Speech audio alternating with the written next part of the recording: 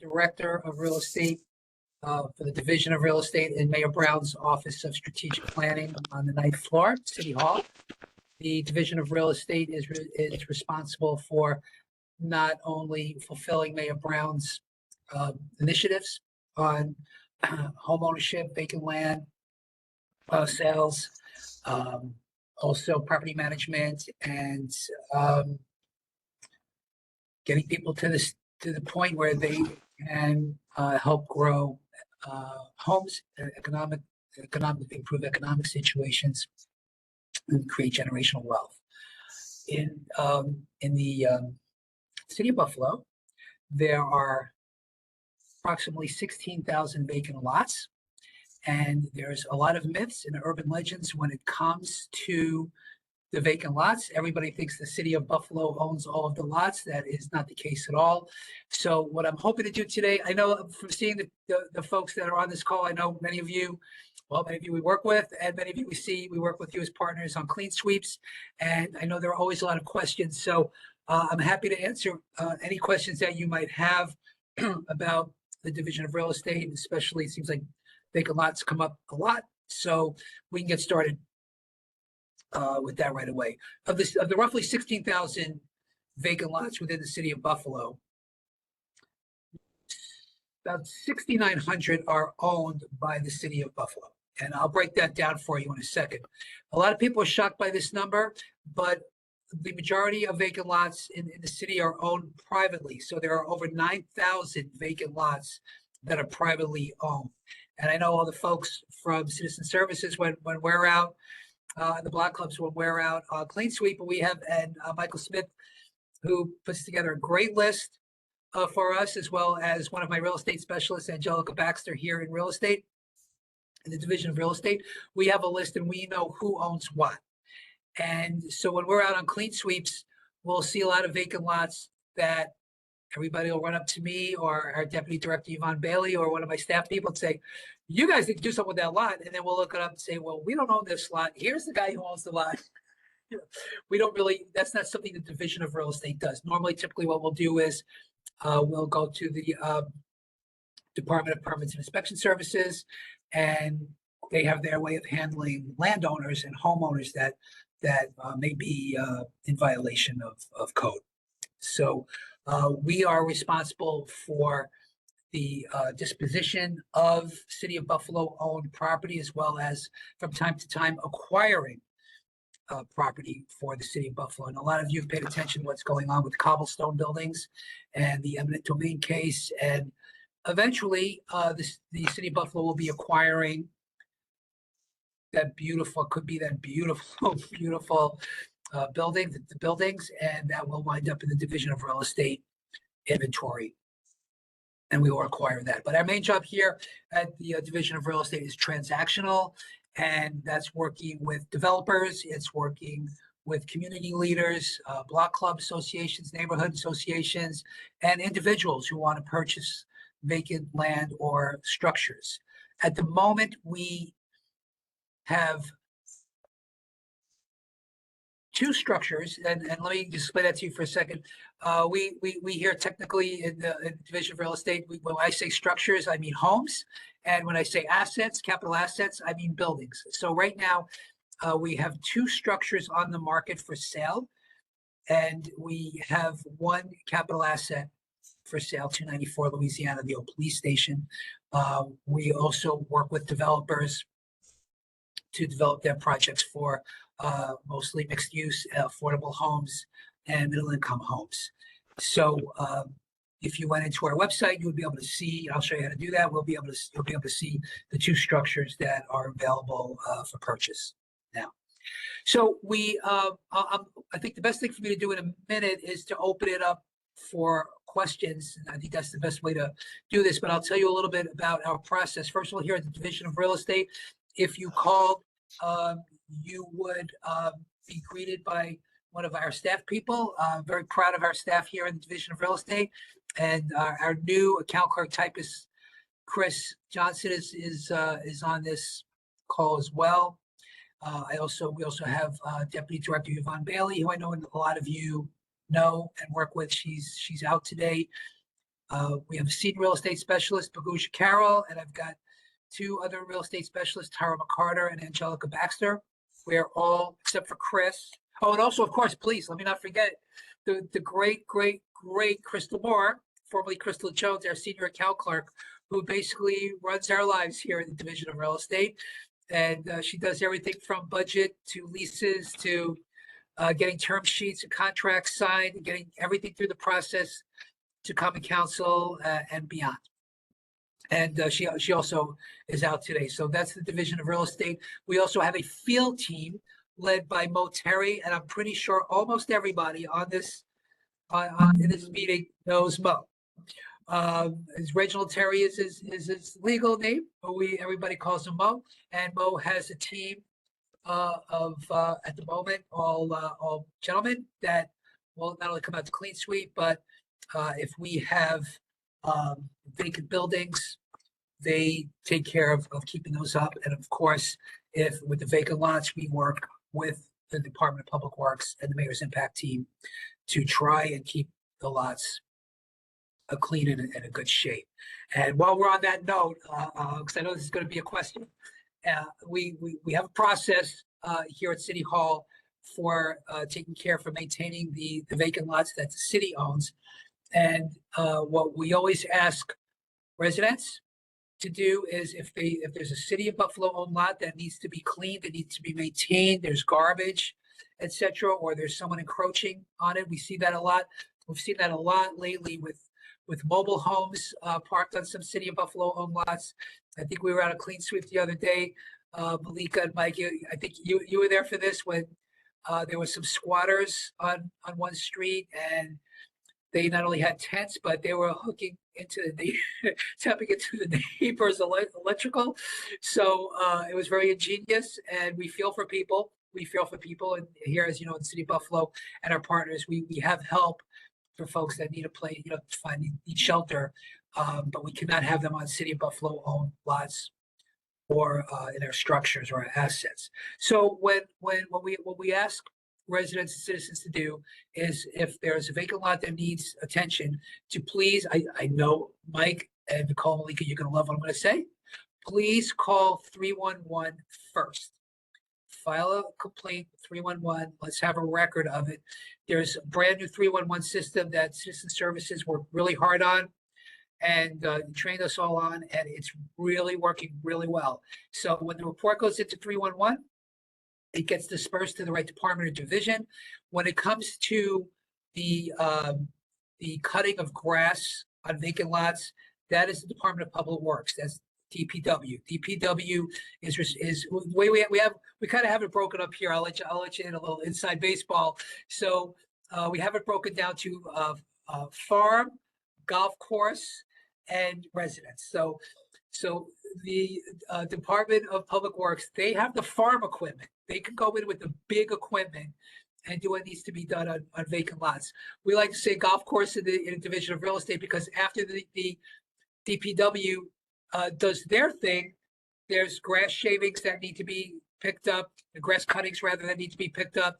There could be trash that needs to be picked up, and we'll go out there with our edgers. Our team will go out there with their edgers and their articulators and all the stuff that we have to make the lot look as best we can. And we also work with the Mayor's Impact Team for picking up garbage and debris. Again, I cannot remember the street, maybe it was Swinburne we were on, and there was one owner of about 5 properties plus a vacant lot.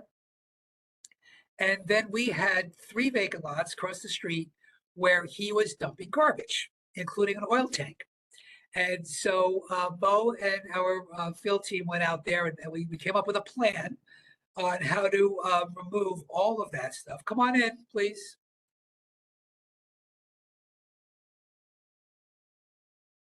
Thank you, Ms. Moore. I was just introducing you to the meeting. I didn't know you were coming in. So we're on Citizen Services. It's like the block club meeting. So thank you. Thank you so much. Thank you. So I told you, Crystal runs the place, right? So we had a plan for Thursday, yesterday, to go and remove everything from the lot, especially that oil tank, which I understand can be made into, converted into a grill. Mo went out there yesterday morning with the crew, and he called me up and he said, "You're not going to believe this, but the guy was out there cleaning up the entire lot." So he really should have been on it because it's a City of Buffalo owned lot, but that was all of his garbage. He knows that we know it was all of his garbage. So he actually removed all of his debris and all of his garbage. So now the lots are clean. And those lots are a great example of what we call infill. And infill is, we want to build homes. We want to build homes. The mayor always talks about missing teeth, especially, bluntly, realistically, especially on our east side. There are a lot of blocks, because of the demolition that went on for 20 years, there are a lot of blocks with missing teeth, meaning we're missing homes. And the Division of Real Estate, along with the Mayor's Office of Strategic Planning, is working with a lot of partners like the Land Bank, Benlick, which is the land bank, known as the Land Bank, and Habitat for Humanity and other groups like that, to build infill. A lot of the money that was awarded to the City of Buffalo for the American Rescue Plan Act is going towards partnerships to build homes. When you build homes, they're no longer vacant lots. It makes the neighborhood safer. There's statistics that show when homes are built, crime goes down, garbage goes down, reports to things like 311 go down, and here's what goes up: retail, hopefully supermarket, more block club associations, stronger block club associations, et cetera, et cetera. So the highest and best use of a lot of these lots, if it can be done, would be infill projects. And whenever you hear the word infill projects, we're talking about housing. So those are some of the kinds of things that the Division of Real Estate does. We also have a very robust side lot program. And the side lot program, hopefully I'll be able to answer all your questions with me rambling. And if I don't, we'll talk. Our side lot program means that if you own a home and there is a lot to either side of you, also known as adjacent to you, we may sell you that lot based on certain criteria. One of them is if you'd have to go to our website and fill out an application. The application is very self-explanatory. I'll go over that in a little while. And you may have the ability to purchase that lot from the city. We do not sell lots that are behind the house, or we call abutting the house, because typically that lot is on another street, or it comes out to another street. So we do not do lots behind or abutting the property, but we will consider applications for either side. It's called side lot program. And I can, Nicole, if you want me to a little later on, I can share my screen and show how we do that. I think I could share my screen. We'll try it. So I think at this point, I'm happy to answer any questions or concerns, and then we can go through the application process after that. Okay, so actually somebody did ask, if people are living next to a city-owned property, what is the process for them to obtain? Like, what is actually required for them to start this process? Perfect. People looking to purchase a lot attaching to their house. And then there's 3 other questions, but I'll let you answer this one first. Okay, so the first question is, we might as well go over it right now. Nicole, is it okay if I share my screen? Yeah, you should be able to. Let's see what happens. Okay, let's go to Chrome. I already see if it's going to pop up. Okay, can people see that? You can see that, right? Yeah. Okay, so this is the City of Buffalo webpage. This is one way to get to us. This is the real estate page off the main page, and right here there's this big blue bar that says Search City of Buffalo Owned Inventory.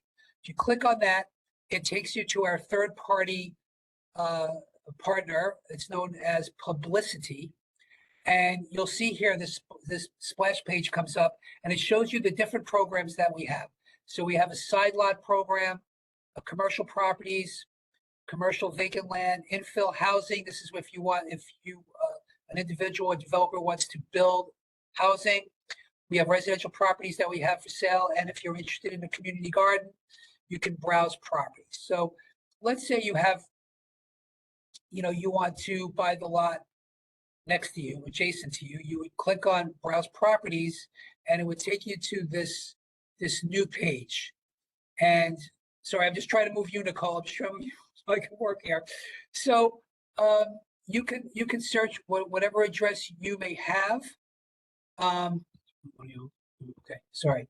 You can put in an address in here and you can search by the address.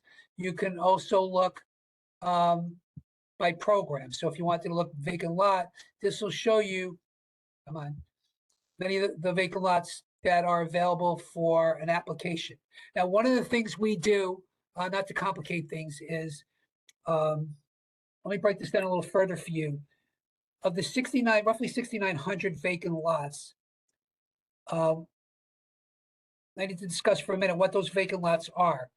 We just completed, actually, we're still in the process of doing some other neighborhoods, but we just completed a year-long analysis of vacant land within the city of Buffalo. It's called the Vacant Land Reuse Strategy. And what we're able to do in many of the neighborhood, the planning neighborhoods, was able to identify what is actually a vacant lot that would work for as a side lot, or would work as for infill, or maybe it needed to go to the Parks Department, or maybe it already belongs to Buffalo Public Schools, or the Buffalo Sewer Authority uses those lots. So we needed to eliminate those lots to see what's really available for people to do infill or to purchase as side lots.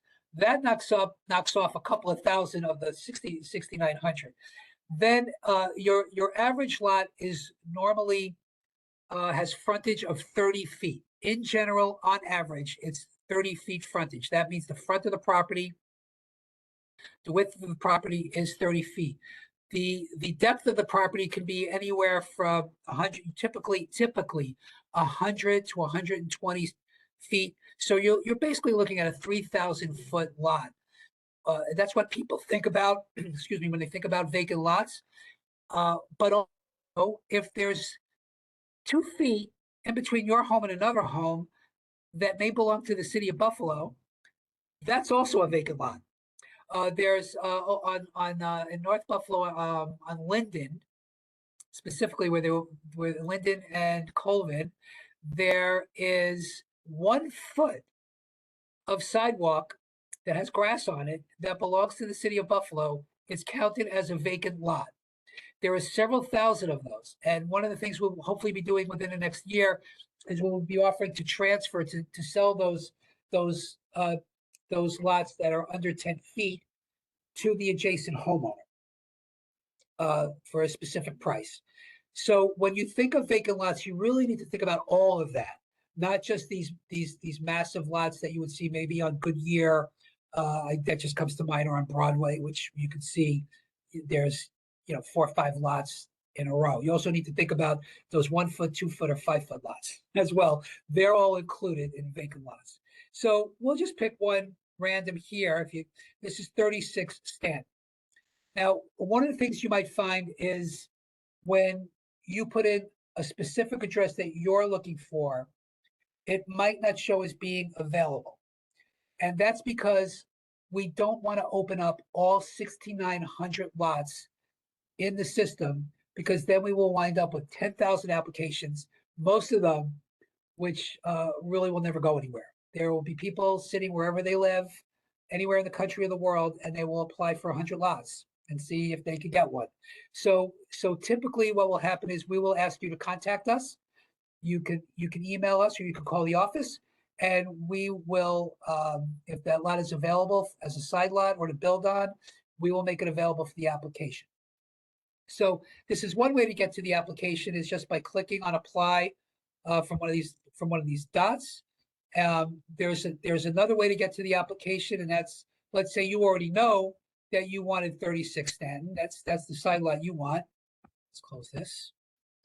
So you would just type in 36 Stanton, hit enter. There it is. and it will bring you to the application. So there's two ways to get to the application. And so it's very simple. We also have the how-to. It'll show you what's the process. It's a drop-down menu. It'll show you exactly the process, how it works. And there are several steps. So I'll go over those in a second, but I just want to show you how the website works. You can see right here, you see it says apply. You can see my cursor, my little hand, or you can submit an inquiry. You can do either one. And then submitting an inquiry will send us an email, but if you wanted to apply for the lot, you would click on apply. We're already there. And and just fill in the boxes. We require certain information. You'll see with the red asterisk, this is what we need. As far as documentation goes, you'll need to decide what the intended use of the property is. Are you going to build on the property, or is it a vacant lot? Do you want to put parking? What exactly do you want to do with this vacant lot? And why am I losing power? Hold on here. Oh, there we go. And then we ask for documents. When you see improved property acquisition, that means you're going to improve the property. You're going to build something on it. But if you're just buying a side lot, it'll show you the vacant lot application. It'll show you the documents that we need. So once applications are complete, you would hit submit on the bottom, and we'll be in touch. Normally takes a couple of 3 weeks till we'll be in touch. There are requirements are there any questions about I'll go through the requirements, but are there any questions about navigating the website for an application? What do you do for people who are not, internet accessible or anything? Do they just call you and inquire about the property? We're happy to answer the phones anytime. They can, if they can't email us. We at the moment, because we just moved from one end of the floor on 9 to the other end, we haven't set up our public space yet. But we normally have a computer out there for the public that we're happy to help with. We do not accept paper applications. Everything has to go through the website. So we always advise folks to see if they have someone in the family, or if they can go to a community-based organization, or maybe someone within the block club that can help them who can use a computer. If not, and they come in here, we can help them navigate. We cannot apply for them, but we can help work with them to navigate the application. We've recently made the application process as simple as possible. We've worked with our third-party vendor to make this as simple as possible. And when we compare it to other similar cities as Buffalo, ours is extremely simple. I always tell people, go check out Cleveland. I love Cleveland. I used to live in Cleveland. Cleveland rocks. But I have a hard time understanding their application process. So we tried to make it as simple and easy and seamless for people. But for those folks that are not computer savvy and they cannot get any help, they're more than welcome to call us or to come in and pay us a visit in room 920.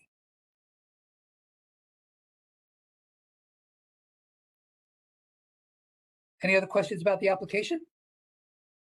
Okay, so I'm going to stick to vacant land for a second, right? Because we have similar, but a whole other set of requirements for infill, for building.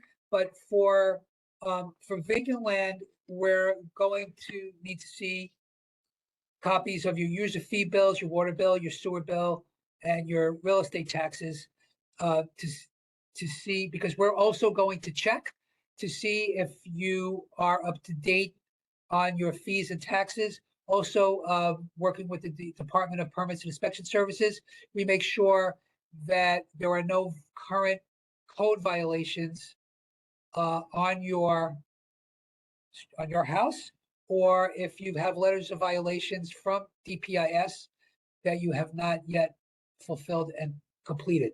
That not only goes for the house next to the lot, but any properties you own within the city of Buffalo, and we're going to check. We also check with Erie County as well to make sure that you're in good standing.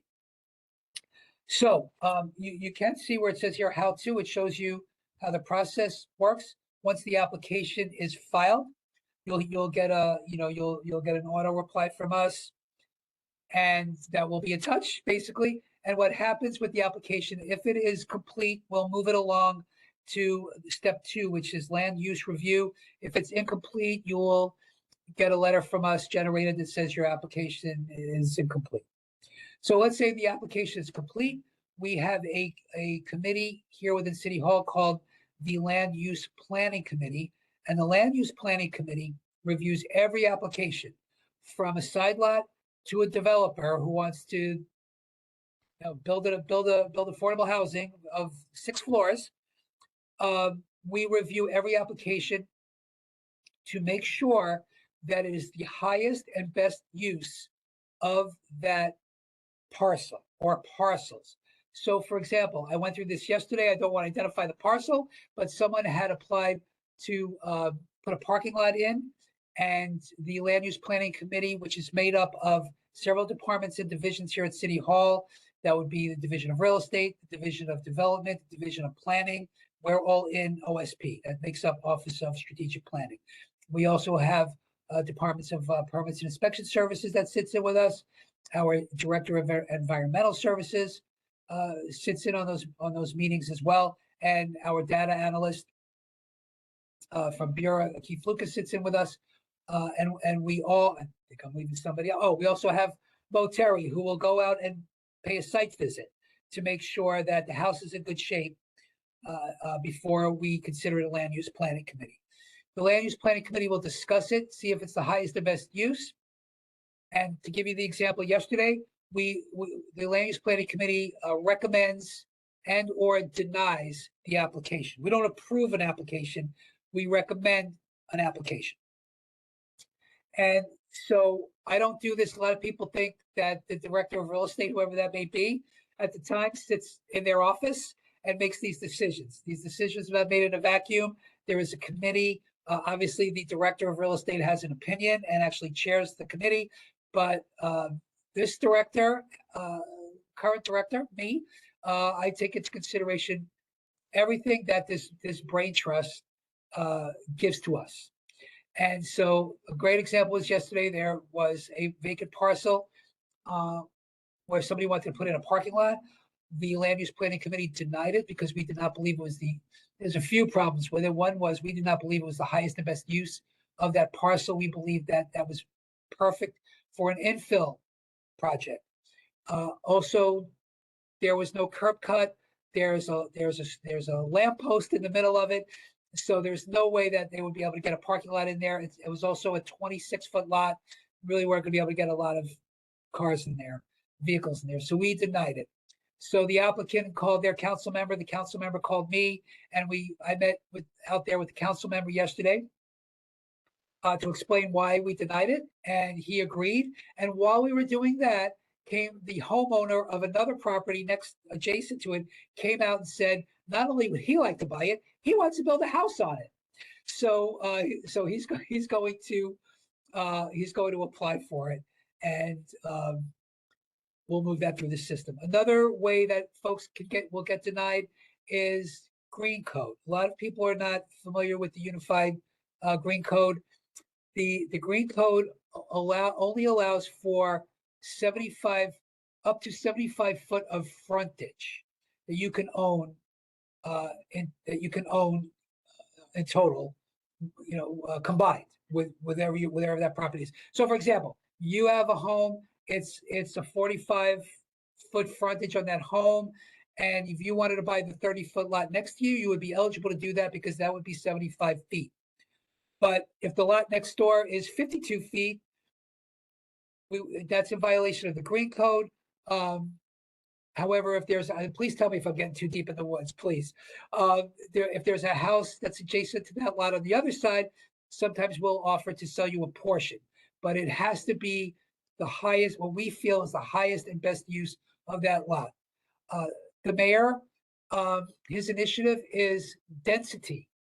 The reason for the green code in the first place, one of the reasons was to prevent from urban sprawl. We don't want to be, everybody talks about Amherst and Kenmore and some of the other areas in Erie County, and they don't have the density that we have in the city of Buffalo. We need homes. I think everybody on this call would agree we need housing, we need homes. So that was one of the purposes of the green code. And in certain areas, it's only up to 60 feet. I just don't want to go too deep in the woods on that. But if the land use planning committee recommends that we move forward, we will then do a value determination on the property. So a lot of people will call up and say, how much does this lot cost? And we don't work that way because this is a way to protect the citizens of Buffalo from speculators.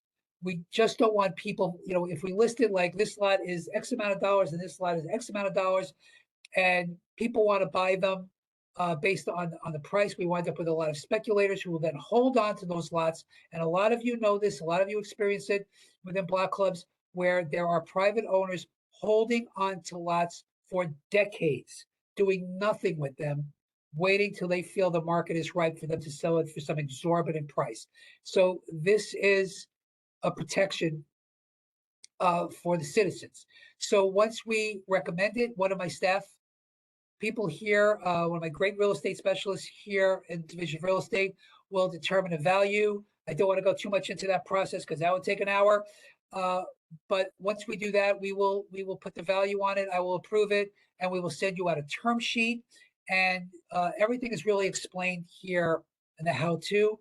Once you agree to the term sheet, we will then send it to Common Council. Common Council has to approve every sale, every report of sale for the Division of Real Estate, and its Common Council approves. We will then go to contract and move towards closing and transfer.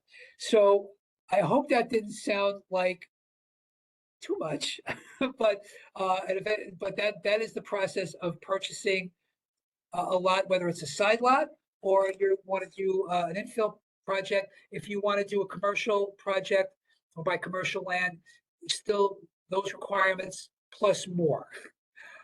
So hopefully I didn't get too deep into the weeds. Howard, With that, this is yes, sir. uh, Who's speaking? this is Broderick. Hi. Hi.